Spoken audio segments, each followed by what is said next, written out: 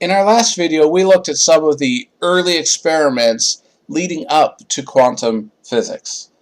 In this video, we're going to actually look at the thought processes that happened that actually gave birth to the world of quantum physics.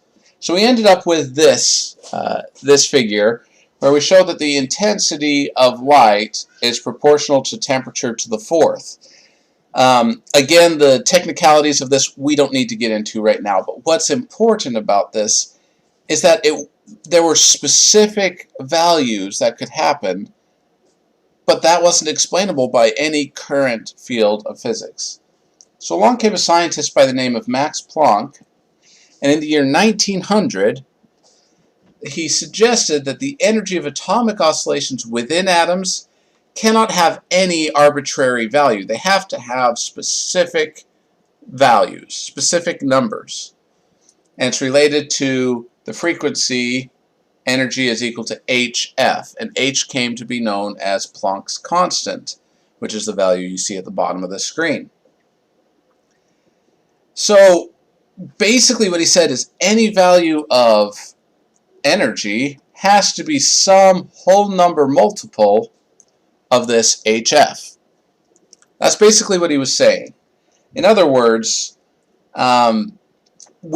people were used to in that time saying that energy could have any value at all. Consider this box on a slope. You could put that box at any height, any position on that slope, and achieve whatever value of energy that you want. So if you want a certain amount of energy, if you want so much energy, you just put the box right there. If you want less energy, you put the box right there. Any value of energy is possible. But Planck is saying that it has to be an integral multiple of hf, which means you can have this value of hf, or this value of 2hf, or this value of 3hf, or 4hf, or so on. If you wanted 3.5 hf, forget it. That's not a possibility. 2.5 hf, forget it. Not a possibility. So on. You had to have some whole number multiple of this basic energy number. And this was the introduction of the thought of quantization of energy. Quanta is a term meaning quantifiable. You could put a number to it. And so there are a certain number of values that you can have.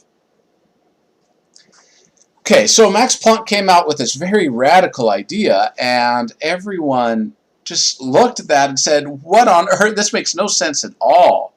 Everyone knows you can have any amount of energy you want. So Max Planck's theories did not come out very popularly. Not many people looked at them seriously. But there was one person who looked at it very seriously, a young scientist by the name of Albert Einstein. In 1904, Albert Einstein had published his groundbreaking paper on the special theory of relativity, which was what we talked about in our last section. But 1 year later, in 1905, he came out with another revolutionary paper that not only supported Max Planck's theories, but proved them. He suggested that light must exist in a set of small energy packets with energy equal to hf, where f would be the frequency of the light wave. Remember, that comes back to the speed of light equals the wavelength times the frequency of light.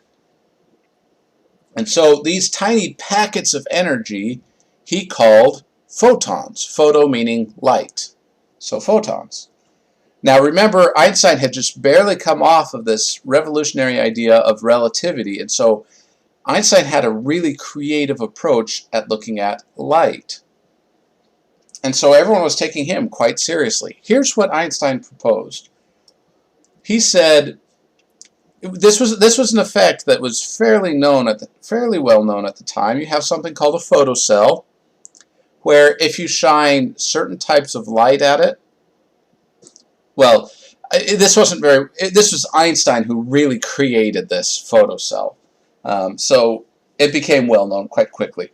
Now, the interesting thing about this photocell is that if you shine light at this photo, you charge up these two plates. You have this, which is connected to a positive charge, so it's positively charged. Then you have a plate that is negatively charged because it's hooked up to the negative terminal. So it's full of electrons. Those electrons are ready to just jump out and hit that positive charge. But it can't because there's this gap in between.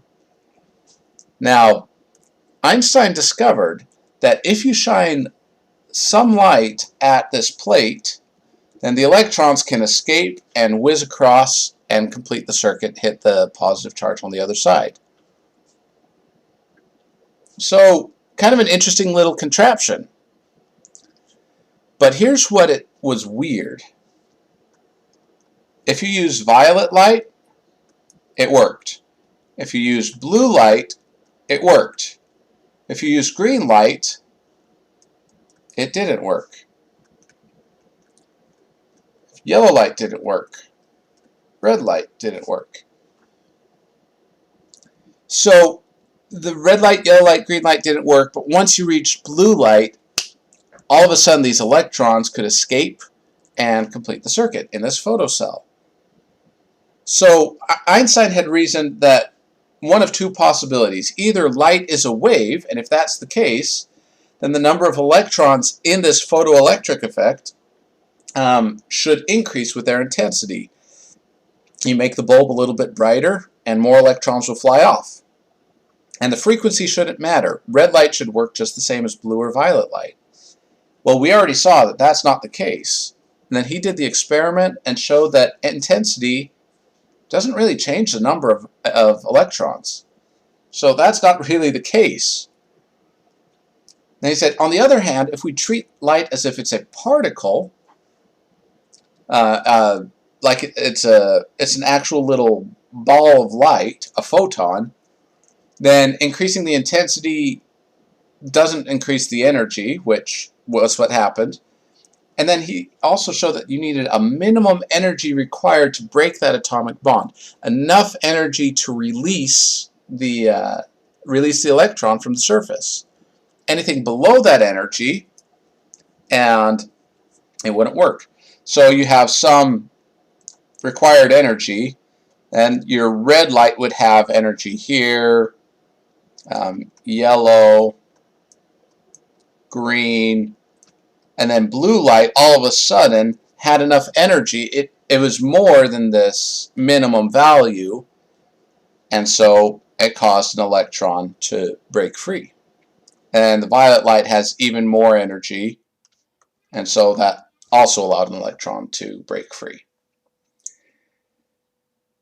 And there's a cutoff frequency, and that's this value right here, which no electrons will be emitted. It doesn't matter how bright it is. If you shine red light at this device here, it doesn't matter how bright the red light is. Nothing's going to happen.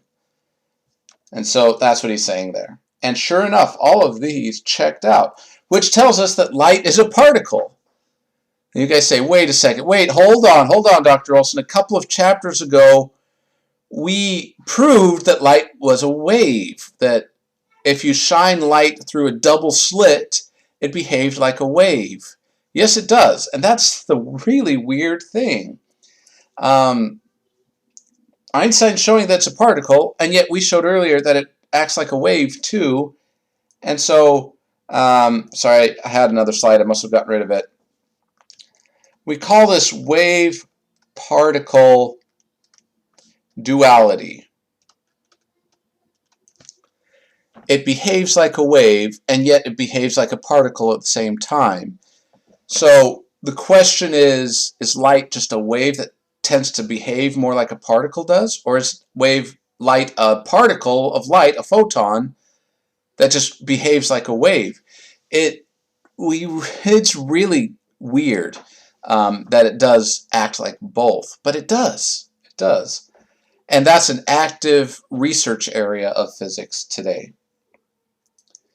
Now, we can actually use this photoelectric effect quite frequently If any of you have used old-style film strips, like a VCR for your television, those of you who even know what a VCR is, it's a film strip that has a series of pictures that if you run the film strip really fast and shine a light through it, the pictures happen fast enough that our eyes interpret it as one continual moving picture, a movie. Now, how does a VCR tape work? You have the pictures, but how do you get sound?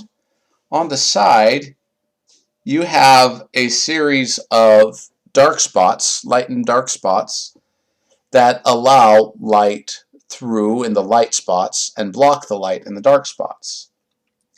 So in the dark spots, light comes and is blocked. But in the bright spots, light can pass through, hits one of these photocells, allows electrons to escape, which thus produces a current,